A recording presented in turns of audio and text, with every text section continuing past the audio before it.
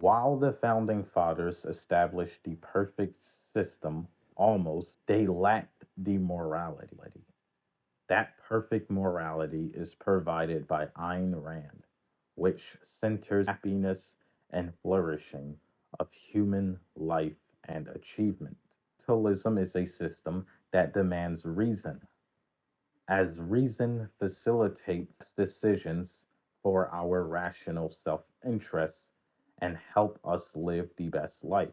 Every solvable problem has been solved because of capitalism, which is presented as the only objective moral system because it promotes human life as the standard of value and achievement. The Second Industrial Revolution, which took place after the Civil War, was a great time for many great industrialists, such as John D. Rockefeller and his Standard Oil, which made kerosene high quality, affordable, and safe for illumination, benefiting the lives of millions of American families and households. Standard Oil was never a monopoly. Monopolies do not happen under capitalism. Rockefeller's success came from his self interest and his genius mind. That is why Standard Oil was a successful industry because Standard Oil made products affordable for millions of consumers. And that is why John D. Rockefeller earned all of his wealth and he was a successful, brilliant man. Now, the steel industry, led by Andrew Carnegie, created modern infrastructure, making possible for the railways, bridges, and skyscrapers. J.P. Morgan was another heroic figure of the Industrial Revolution. He reorganized and consolidated many railroads across the United States. He created the General Electric, investing billions of dollars to modernize and expand U.S. manufacturing plants, which shortened the supply chains and improved the responsiveness to consumer demand. J.P. Morgan was an innovator and a leader who created high product for fuel efficiency, engines, healthcare, and technology are some of the things that he has advanced. These great industrialists created jobs for millions of Americans.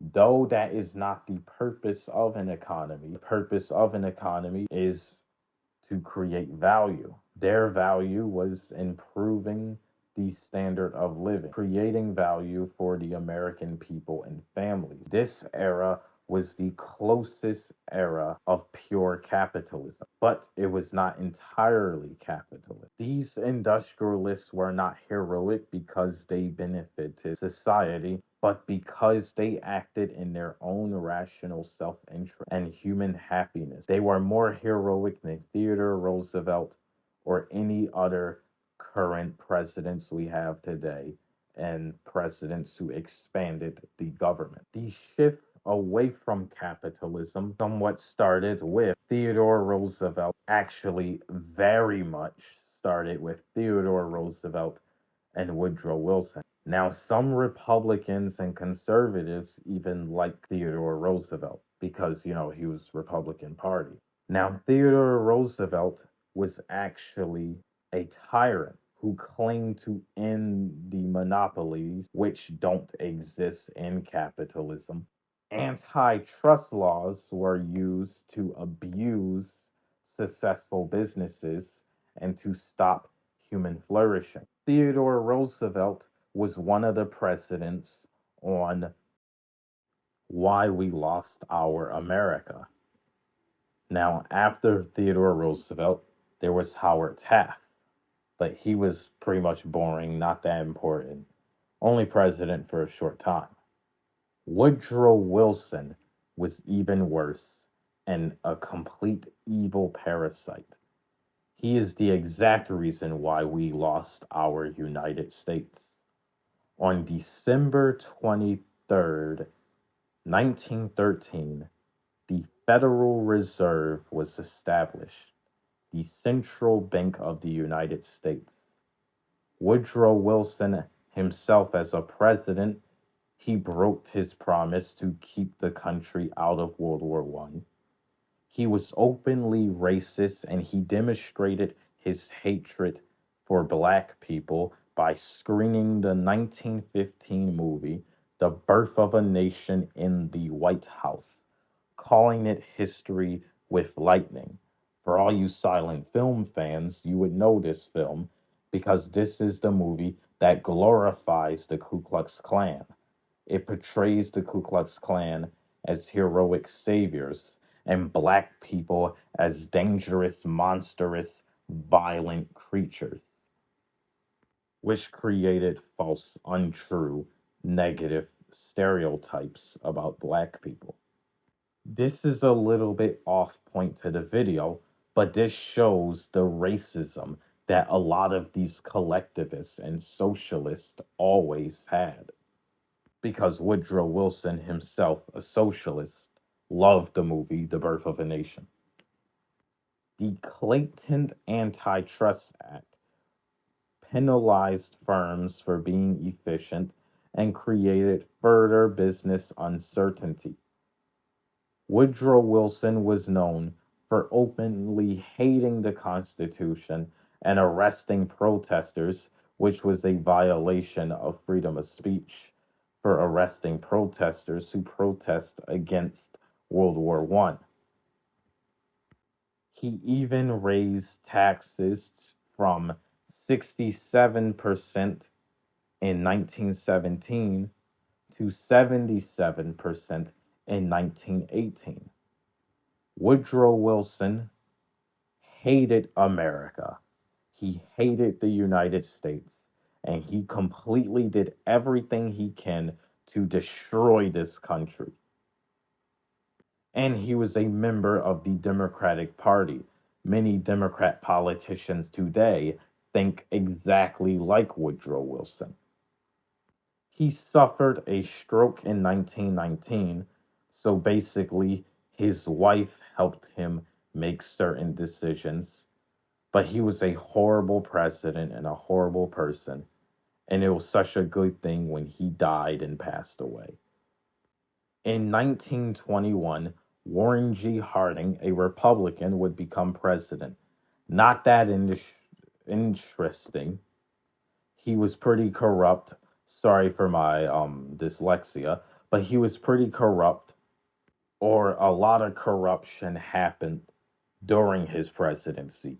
He was more of a yes man, a pushover basically, but he died in 1923. So he's not that important neither.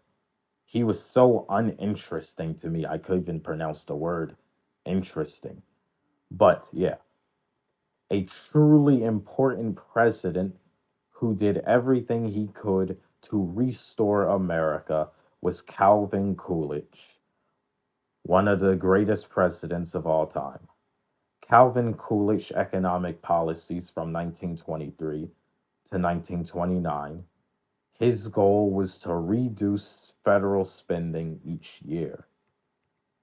The national debt, which was 23.9 billion in 1923, was lowered by 1929, resulting in a government budget surplus.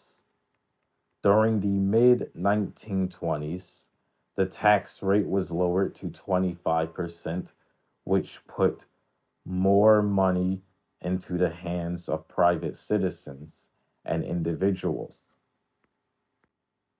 stimulating consumption and economic growth. Calvin Coolidge was extremely pro business and deregulated manufacturing and general businesses such as the automotive and finance industries. This freedom allowed businesses to set their own prices and wages, making goods more affordable and wages more higher due to increased productivity. The Coolidge presidency was a prosperous time during the 1920s. He was considered the last fiscally responsible president who kept the national debt low, something that every other Republican after him has failed to do. Now, there was a myth that the Great Depression was caused by laissez faire capitalism and a lack of regulation. And constantly, if you were in high school or middle school, you were taught, oh, the stock market just crashed, there was no regulations, and out of nowhere, the stock market crashed. But that's not true. The real truth is that government, especially under Herbert Hoover, increased the spending from 3.1 billion in 1929 to 4.7 billion in 1932. The late 1920s, the Federal Reserve interfered with the interest rates and tightened credit to curb the stock market and speculation, which slowed down economic activity. After Herbert Hoover, who was a terrible president, Franklin Roosevelt and his tyranny, which prolonged the Depression. Franklin D. Roosevelt, or Franklin Dick Suck Roosevelt, sorry for my language, but he was elected in 1933 and he promised to end the Great Depression. The idea is that he escaped everyone out of the Depression and the Depression was finally over. The Agricultural Adjustment Act of 1933, which tried to regulate agricultural production, a state power, was also ruled unconstitutional by the Supreme Court. He took the US off the gold standard, which was very helpful for Americans during the time of the Depression, violating people's freedom and property rights because he wanted the American people to suffer. There was also the myth that the New Deal programs ended the Great Depression in 1936, which is also false, as unemployment remained extremely high and a recession began in 1937 and continued throughout 1938. The Great Depression never ended. The Great Depression continued in the 1940s during the Second World War, as the national debt was still increased and there was also high taxation during the war, and the economy was still suffering. Also, Franklin Delano Dick-Suck Roosevelt arrested Japanese Americans due to his racism against Japanese people. Basically, the Great Depression was the government forcing people into poverty. And Franklin Delano Roosevelt was the evil dictator. I'm going to even say that he is just as bad as Hitler because his economics is no different from fascism. Franklin Delano Roosevelt started the crazy far left politics that we have in our modern time, such as the AOC and Bernie Sanders. Franklin Delano Roosevelt represents that kind of politics. He was the Bernie Sanders of his time. Franklin Delano Roosevelt was a dirty, evil, disgusting, miserable man in a wheelchair. That is how we should all remember him, as that horrible, evil socialist president. He is also not the reason why we won World War II. Harry Truman is. But move on to Harry Truman.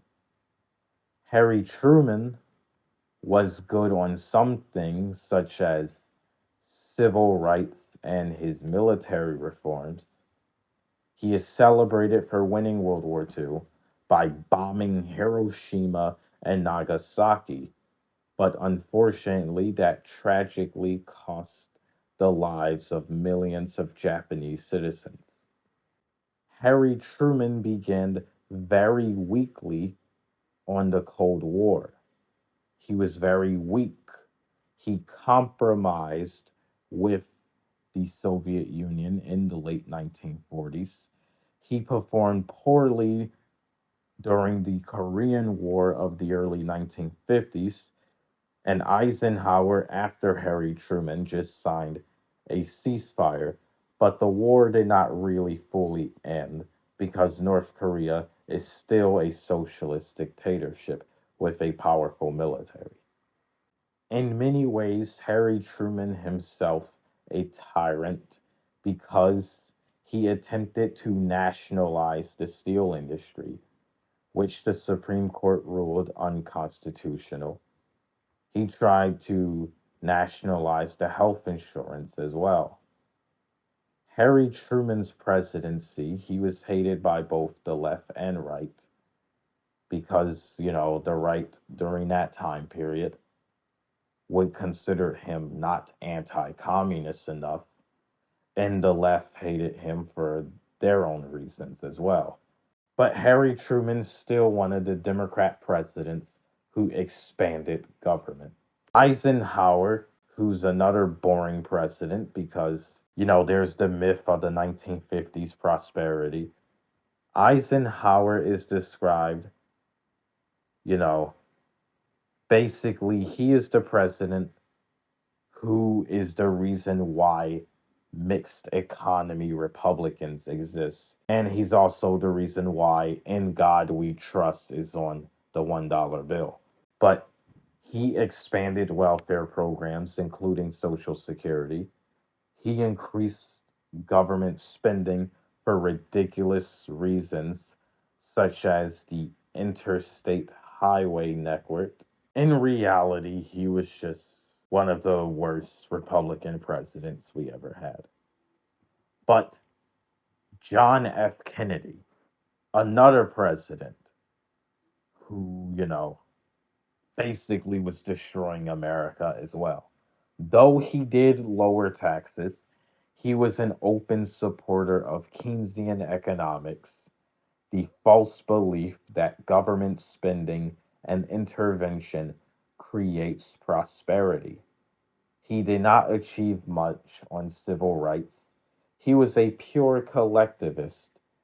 For example, he said, it's not what your country can do for you, it's what you can do for your country.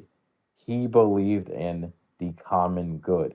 One of the best things he has ever done was get assassinated, and that's exactly what needed to happen. And that is the only reason why your middle school history teacher called him a good president, is because he's the president who got shot in the head, and other presidents before him also got shot as well. So it's nothing really special. Lyndon B. Johnson, who signed the Civil Rights Bill, which was originally started by JFK, but he signed the bill in 1964. But Lyndon B. Johnson, there was also talks about him being racist, that he used the word nigger on a daily basis. He had terrible foreign policy, his failure in the Vietnam War, but also he did something that's equally as evil, and that was create the Great Society, which were a bunch of welfare programs to destroy our country. But he also created Medicare as well, which was equally as evil as Stalin or Hitler. Yes, I'm going that far to say that about President Lyndon B. Johnson. Lyndon B. Johnson is one of the Democrat presidents that have helped destroy America. And he's one of the reasons why the United States has been suffering to this very day. So yeah, that's the video. And by the way, this picture is another profile picture I had of my graduation picture, but That was the video, and let me know what you think of it because it did take me a long while to record this. This is one of the first videos I actually wrote a script for as well. And I have another written script for another video. It's going to be purely related to economics. I did not expect this video to be this long. If you want longer videos, let me know. I'll try to work on the quality more. I know this one might not be the best one I've done, but I got a new software. I'm still working on it, learning how to use it. And yeah, thanks for watching, everyone.